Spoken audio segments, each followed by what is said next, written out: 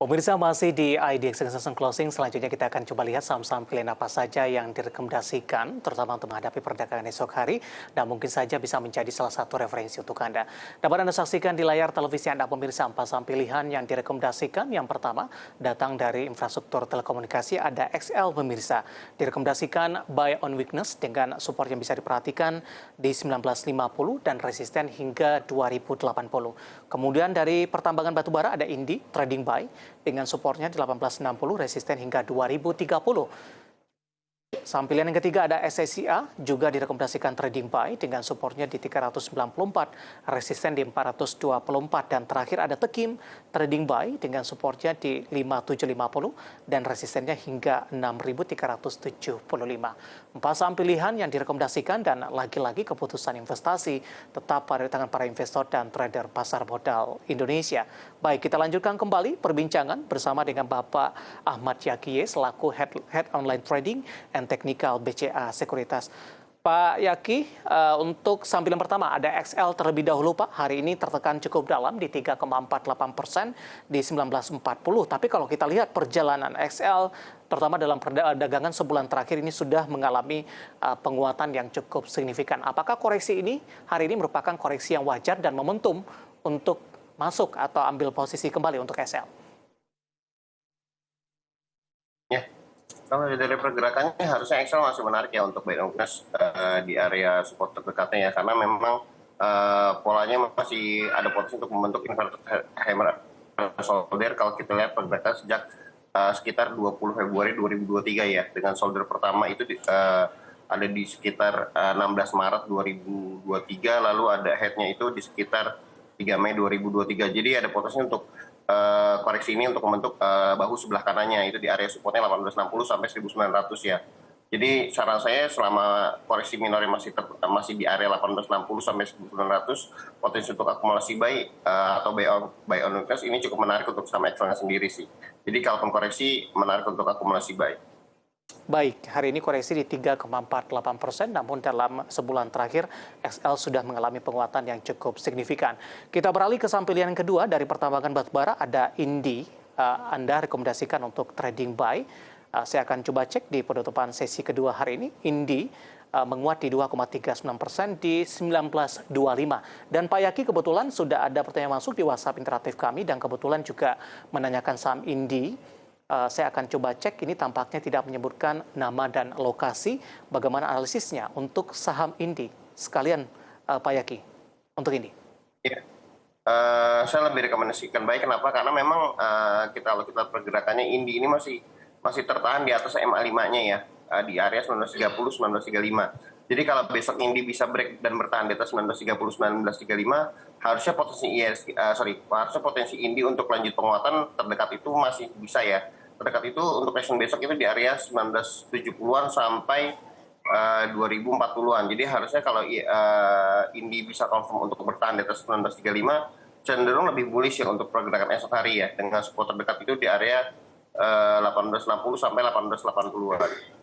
Di perdagangan April, Pak Yaki, Indi sempat menyentuh di level 2.800-an, Pak. Dengan koreksi yang cukup dalam di beberapa pekan terakhir, mempengaruhi pola pergerakan saham Indi tidak, Pak? Terutama dari sisi uptrend ataupun downtrendnya.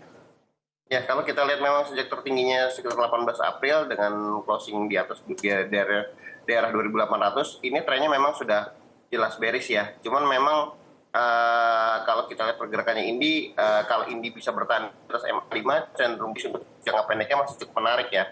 Dan kalau untuk confirm jangka menengah bisa confirm di area 2240 sampai 2670-an. Sorry, 2240 sampai 2270-an ya, 2270-an. Jadi untuk jangka pendek kita bisa lihat confirm besok di area 1930 1930 1935. Dan kalau besok bisa kuat, cenderung Indi lebih bullish sih pergerakannya. Potensinya seperti itu. Oke, dari saham pilihan kedua untuk Indi, sekaligus tadi menjawab pertanyaan tidak menyebutkan nama dan lokasi di WhatsApp interaktif kami.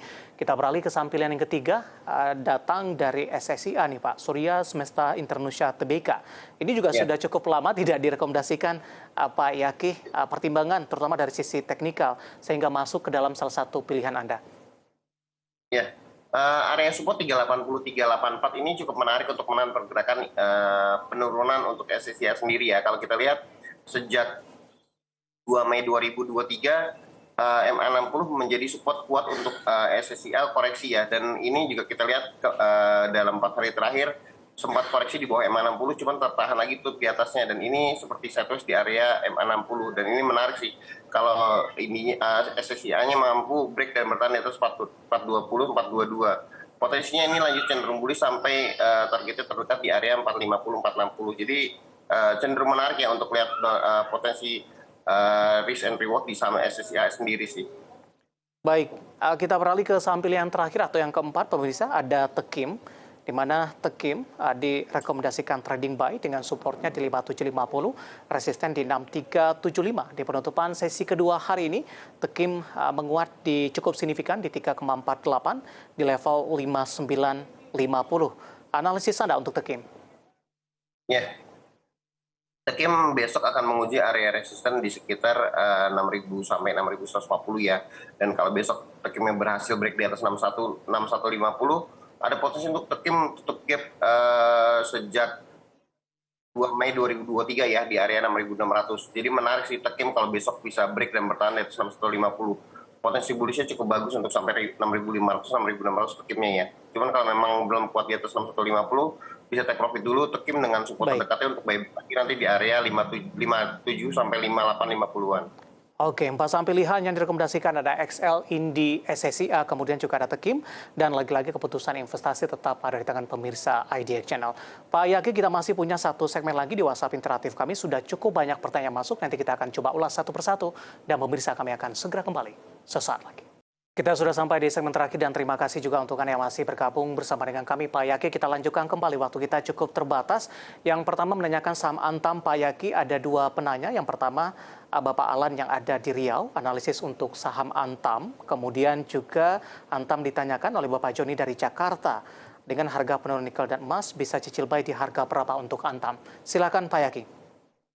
Ya, Antam selama bertahan di atas 1910-an harusnya bisa untuk akumulasi buy ya. Cuman memang Antam kalau belum kuat di atas 2020 bisa untuk take profit. Jadi masih main di range jangka pendek 1910 sampai 2020. Cuman kalau bisa break 2020 bisa penguatan sampai 2040 2100-an untuk Antamnya.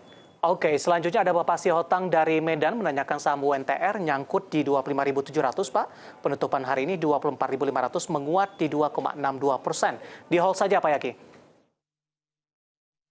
Ya, kalau lihat dari pergerakan UNTR harusnya masih bisa hold ya selama bertahan di atas 23.900 ya. Besok ada potensi untuk UNTR lanjutkan penguatan testing atas di 25.100 sampai 25.600-an. Baik, selanjutnya ada Bapak Bob dari Jakarta menanyakan saham Goto. Ingin cicil buy, Pak? Untuk cicil buy Goto harusnya masih potensi bisa ya selama bertahan di atas 110, 112 supportnya jangan sampai jebol ya. Resistance terdekat itu di area 117 sampai 120. Kalau itu nggak kuat 117 120 bisa take profit dulu. Kalau kuat bisa sampai ke 125 128. Selanjutnya ada Bapak Santoso dari Kediri. Terima kasih juga sudah bergabung bersama dengan kami menanyakan saham Friend, Pak. Sudah ambil posisi di 65. Untuk Friend sendiri sebenarnya masih satu ya kalau lihat dari pergerakannya. Jadi harusnya hati-hati untuk memegang saham Friend karena belum ada katalis baru, walaupun dari Moratel juga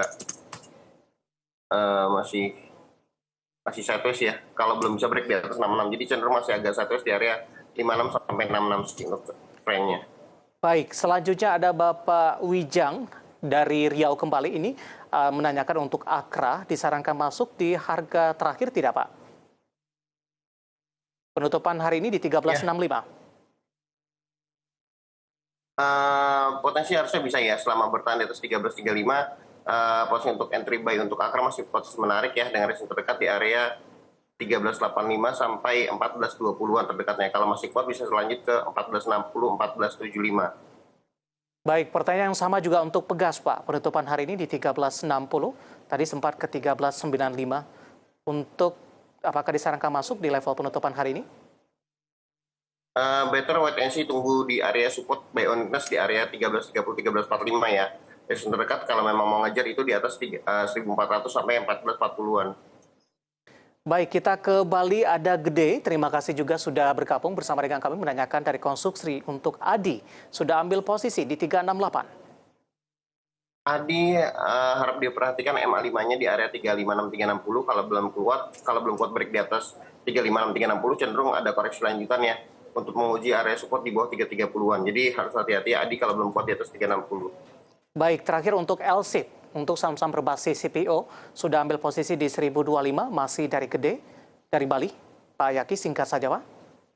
Kalau bisa break di atas 990, potensi besok untuk LSIP balik rebound di atas 1015 sampai 1020-an ya. Cuman kalau nggak kuat di atas 990, ada potensi LSIP koreksi lagi balik ke 950, 960-an.